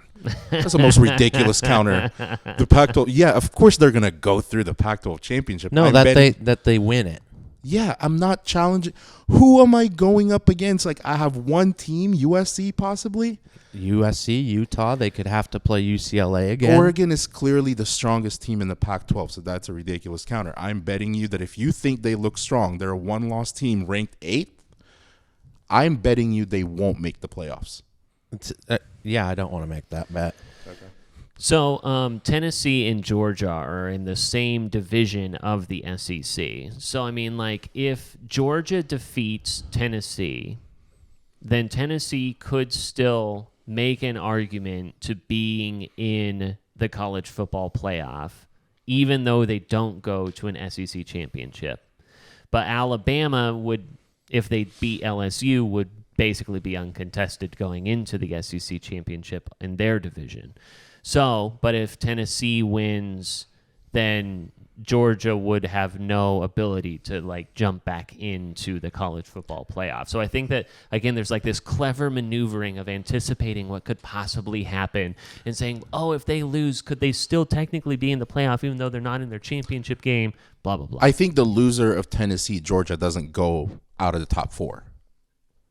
And I think there's still enough time that there's so much movement that could happen that those two will remain in the top 4. I think Clemson loses to Notre Dame. I think Clemson is out of the 4, will be the first one out. Interesting. Okay. So potentially you could see Tennessee, Georgia, and Alabama. I think the 4 is decided. I think it's in whatever order. I think Tennessee, Georgia, Alabama, and Ohio State. I think that's who's going to be. Because you think that Ohio State beats Michigan, and Michigan. I don't think you could have all 3 of those guys in though. Tennessee, Georgia, Alabama. I don't think there's a possible way for because all Tennessee will have beaten Alabama. Is it Alabama or Georgia? Because if Tennessee wins, then in the SEC championship game, that gives a second loss to Alabama. So you could Alabama would be out. Yeah. So two of those 3. Can you have Ohio State, Michigan? Are they on the same side? Well, no, because then like they're facing head to head right in the last week of the year. So like yeah, I think I forget about the side, the north and south or east and they west are of the SEC. and then they are on the same side. So they would not compete. Whoever wins that game on November 26th will go to the Big Ten championship game to face the other. Which will probably be division.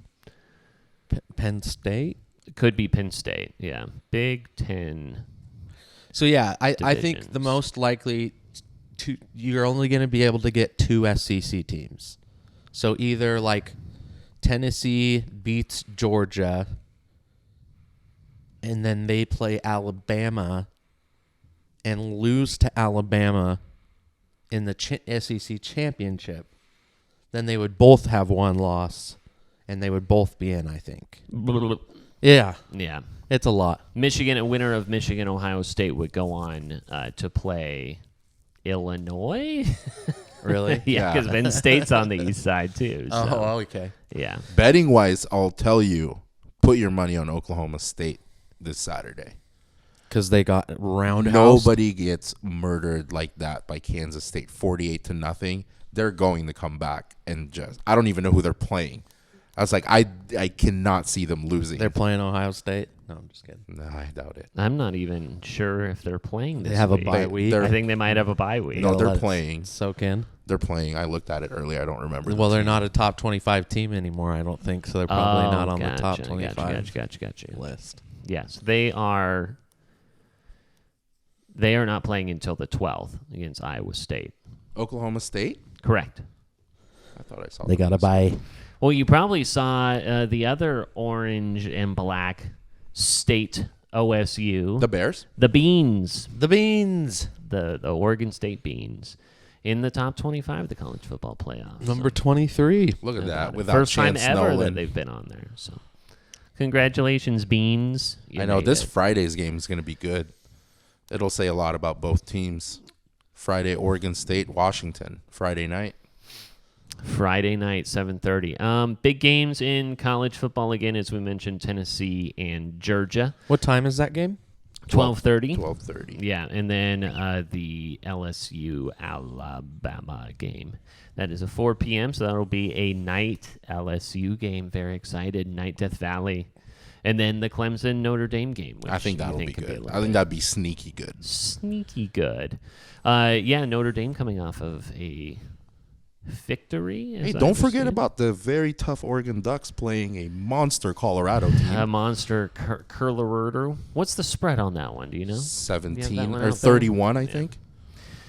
It's either 17 or 31. 17 or 31 are depends how you tease it. Make sure to follow our picks at official IJMS. We don't Twitter give out and picks Instagram. on social media anymore. Don't look for them. Oh, okay. Just kidding.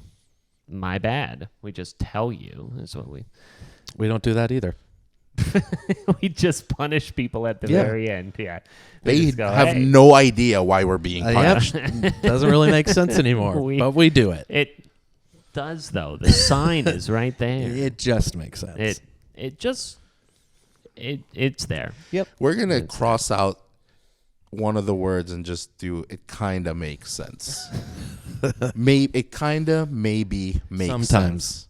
Makes sense. After, let's see, the week 8, we were just in week 8 of the NFL. We had the NFL trade deadline today. Nothing very big happened. We had 10 deals. What? Yes, there was. Well, okay. Let me back up here. Let me just move on or continue. So that you had all of this hubbub about Kareem Hunt, Alvin Kamara, Elijah Moore, all of these guys that you thought that were going to get traded. And none of it really materialized. The Packers never went out and got anyone. Kareem Hunt was surprising. I thought he was moving for sure.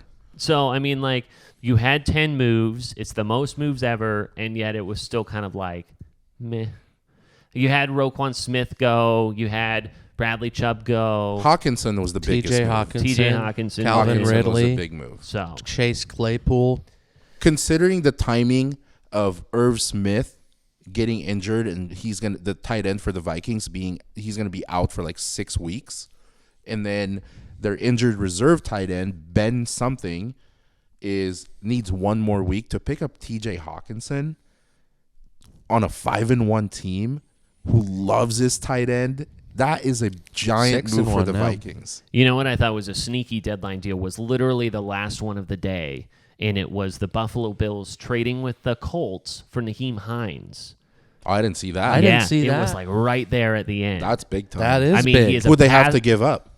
Just like a pick. So they keep Singletary and Cook with Hines back there? And Zach Moss. And Moss. Don't But I forget think- about yeah. Zach. But like he's a pass catching back anyway. So I mean it's just like a great move, I thought. Ever heard right of the there Bills? under the radar. So Brandon Cooks is all pissed off that he didn't get traded by the The most Texans. disappointing one are the Packers. Right. Okay. You need a receiver so bad. So there were the rumors that they were in on the Chase Claypool deal. And in fact, they offered a 2nd-round pick, the exact same deal that the Bears offered, right? But the reason why the Steelers went with the Bears is because they were hedging, the Steelers were, that the Bears' 2nd-round pick would be better than the Packers' 2nd-round pick by the end of the year, right? So you say, well, we think the Packers are going to be better than the Bears, so therefore the Bears' 2nd-round pick is going to be more advantageous to us. So they both offered a 2nd-rounder, and they go, well, we're going to go with the people who we think are going to suck more, and that's going to be the Bears. So. And that's fine. Like I understand Claypool would have been miles ahead of whoever Aaron Rodgers is throwing to right now. So if that's out of your control, Brandon Cooks. Why didn't you go after Brandon Cooks? Right. Agreed. Yeah. Brandon Cooks for Aaron Rodgers to throw to would change everything for them right now. Yeah, I think that Brandon Cooks was really pissed. He sends this cryptic text messages. It's like, don't confuse me being nice for being a pushover. Something exactly like, I forget what he said, but he was just like, you know, I've kept your secrets long enough. Like, he was very angry. I was fully expecting and kind of hoping that Cooks goes to Green Bay and Kareem Hunt goes to the Rams. Because there were trade talks about, I don't know if it's for Cam Akers, but Kareem Hunt was going to go to L.A. Mm-hmm. And that would have changed a lot. Well, I'm very thankful that the Browns did not trade him. That 1-2 punch in the backfield is pretty. Yeah, if they can pretty awesome. If they can figure that out. I thought that they were going to rest him on Monday Night Football just to try and preserve him, to not get him hurt. Like if he would have gotten hurt, yeah. Like if he would have, he barely got any touches anyway. Right, yeah, I think they gave him the decision, but it seemed like he wanted to play. I don't really know all the details on it. Tell you what, if you got him for fantasy thinking that you're getting the same Kareem Hunt, you're not getting the numbers this year that you're used to getting from him. No, well, they started letting Nick Chubb score touchdowns. Yes, yeah. I mean, Kareem Hunt was always your goal line scorer. Yeah, and Nick Chubb had 2 touchdowns last night right at the goal line. So yeah, Nick Chubb's stat line last year was 120 yards, all-purpose yards, but no touchdowns. And then Kareem Hunt would have 25 all-purpose yards and 2 touchdowns. Looking ahead to this weekend's matchups, I think that the Thursday night football game between the Eagles and the Texans is less compelling as it is interesting. And what I mean by that is that there was a rain delay in the World Series on Monday night, which pushed everything back by a day. And that means that the World Series, which has the Philadelphia Phillies and the Houston Astros, is going to go head-to-head on the same night on TNF as Thursday Night Football between the Eagles and the Texans. Same city? I don't think it's the same city. That would be something. Yeah. I mean, they would be literally next door to each other. Philadelphia would be fucking chaos. I think that it will be back in Houston, or it will be in Philly. Yeah, it'll be in Philly. Let me make sure on that. Rating wise, it would be the World Series because people are already complaining about the Amazon Prime. So it's going to be nationally televised versus streaming it on Amazon. Yeah, I think you'll get more eyes on the World Series. So World Series will be in Philly, and the TNF will be in Houston. So opposites. I think that TNF actually might outpace them. I do. We'll see. Who knows? I'll bet you. Because that'll be... You want to bet that? I'll bet you that World Series will have more viewership. Will that be Game 4 or Game 5? That will be Game 5. Okay, so that could be a winning game for the Phillies. It could, because the Phillies are up 2-1 right now. Yep. What's the bet? Oh, I'll do $20. Just high five me without $20. The old backhand high five. You can get shot for that. So I'm taking World Series will get more eyes. And I will say TNF gets more eyes. $20? Yeah. Deal. You saw it. Put it on the ledger. Just think that NFL rules that's all. An easy 20 for me. I don't think so. That's an easy 20 think so. for me. I don't think so. We'll do some numbers and we'll add it up. Add it to the ledger. The ledger. You'll look up some obscure ratings and be like, "Oh, 2 people watched 2 people watched the World Series." Yeah, I'll just make sure my all of my Nielsen boxes are tuned in to the Thursday Night Football. You think Texans have a chance? That's a 13-point spread. Is it at this point? No. Maybe a chance of covering? Potentially. 13? But they are not winning that game. The Eagles are, they kind of remind me of the Ducks right now. God, that's the cringiest thing ever. That's worse than the ladies' toast. No. Come on. Interesting games for this upcoming week. I think that Packers-Lions is a kind of an interesting game. Dude, yeah, I would love the Lions to just absolutely stomp on them. Give them a good roar. Let's see. You have Rams-Bucks, which who knows how Tom Brady's going to be now that the divorce is finalized. We didn't really talk about that, but I think that at that point you knew it was going to be. On God, let's not. NGO, dude. Interesting divisional matchup with the Cardinals and Seahawks. I'll be kind of interested to see how each are battle tested at this point. DeAndre Hopkins, let's go, baby. The Seahawks, my pickup of DeAndre Hopkins late in our fantasy football draft is looking very good. Happy about that. And then one that is actually really kind of a fun one for us Duck fans, since I am such a big Duck fan, is that was hard to believe, Pete. That was hard to believe. Well, at least I'm a Justin Herbert fan. The Chargers versus the Falcons this week. Let's go. You have Justin Herbert versus Marcus Mariota. Falcons win that game. You think so? I kind of want Falcons. We already we have a Falcons bet. Like, do you want me to go Chargers and you to go Falcons for another $20? Sure. Okay, Just money line, right? Just money. Yeah, let's not do it because I don't know what the line would be at this point. It's 3. Chargers, Falcons. It's 3.5. Okay. Is it 3? It's 3 right now. Who's the favorite? Chargers are road favorites. They're not stopping Mariota or Algier. So, also on the ledger. 20? I don't like how he's doing these handshakes. Do you want me to reach across like this? I have microphones to worry about. I have cords. Yeah. Dude. Jesus. I'm sorry. man. Like, well, Whatever, bro. You whatever. Stop giving Beans a hard time. We've got to get Boogie in here. Don't Okay. this guy's punishment.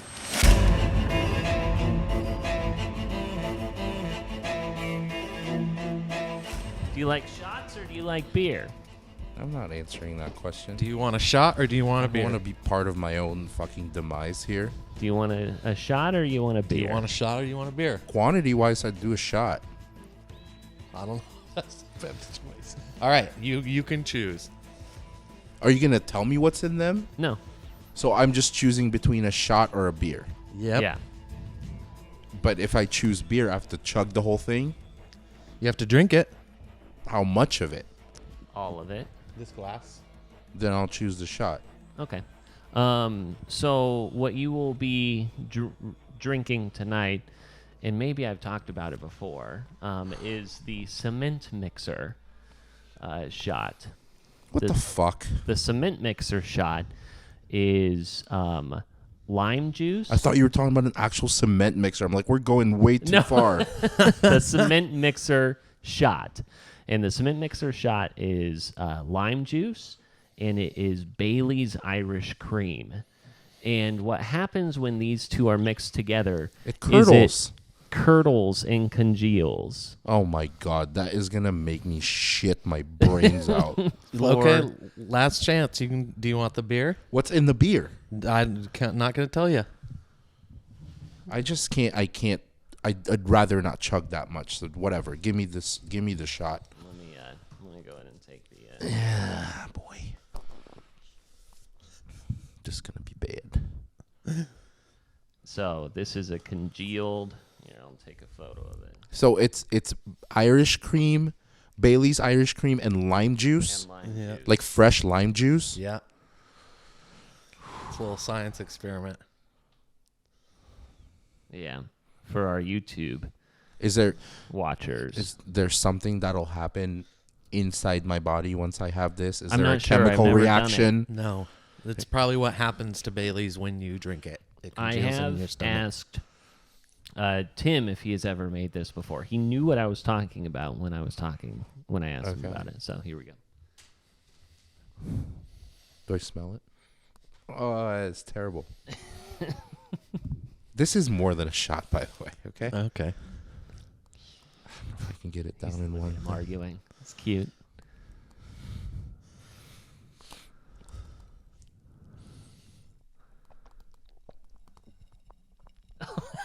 Oh my He's God. rocking it back. His body just rejected it.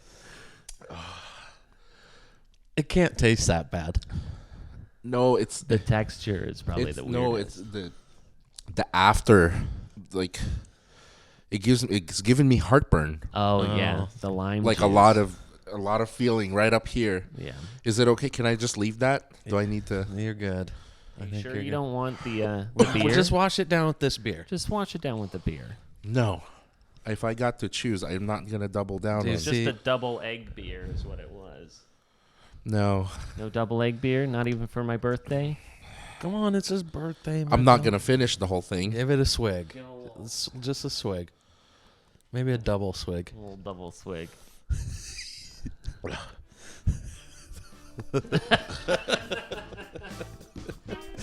There we go. There we It's go. like the cummiest looking beer. It's like dripping down my fucking chin. I felt like I just got bukkake. All right. Clear eyes. Full heart. Can't lose.